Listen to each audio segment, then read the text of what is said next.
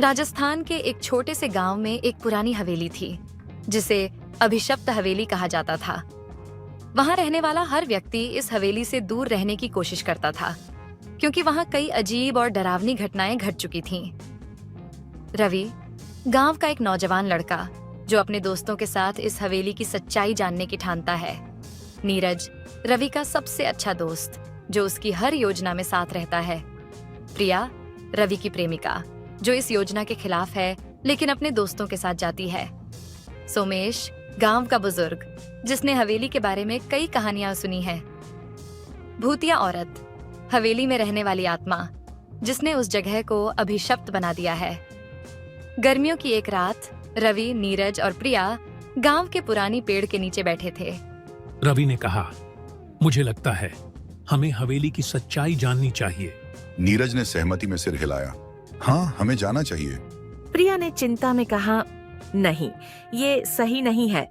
वहाँ कुछ न कुछ गलत जरूर है। लेकिन रवि और नीरज ने उसे मनाकर साथ ले जाने की योजना बनाई। अगली रात तीनों हवेली की ओर चले। हवेली के पास पहुंचते ही हवा तेज चलने लगी। दरवाजा खुद ब खुद खुल गया। अंदर कदम रखते ही एक अजीब सी ठंड महसूस होने लगी। रवि ने कहा, चलो जल्दी से अंदर चलते हैं। नीरज ने कहा, हाँ, हमें जल्दी करनी चाहिए। प्रिया ने डरते हुए कहा, यहाँ कुछ तो है। जैसे ही वे अंदर बढ़े, उन्हें किसी औरत की हल्की सी हंसी सुनाई दी। रवि ने कहा, तुमने ये सुना? नीरज ने सहमति में सिर हिलाया। हाँ, ये आवाज कहाँ से आई? प्रिया ने डरते हुए कहा, हम यहाँ से चले। रवि ने उसे धीरज बंधाया। चिंता मत करो, हम जल्दी ही बाहर आ जाएंगे। तीनों जैसे ही हवेली के अंदरूनी हिस्से में पहुंचे, उन्हें एक परछाई दिखाई दी।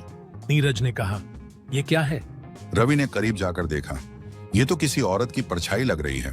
प्रिया ने डरते हुए कहा, चलो यहाँ से भागते हैं। जैसे ही वे बाहर की ओर भागने लगे, दरवाजा बंद हो गया। अचानक एक बूढ़ी औरत सामने आ गई। रवि ने डरते हुए पूछा, आप कौन हैं? वृद्धा ने कहा, मैं इस हवेली की आत्मा हूँ। नीरज ने पूछा, आप यहाँ क्यों भटक रही हैं? आत्मा ने कहा, मेरा नाम रुक्मिणी है। मैं यहाँ कई सालों से फंसी हुई हूँ। रुक्मिणी ने अपनी कहानी सुनाई।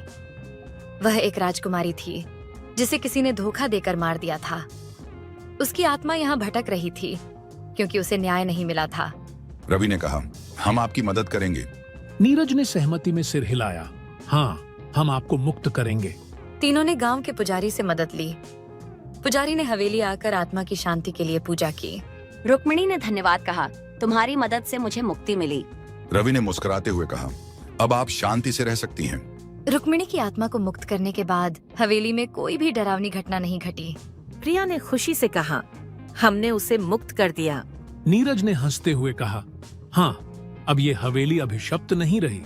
रवि ने गर्व से कहा, हमने एक बड़ी जीत हासिल की।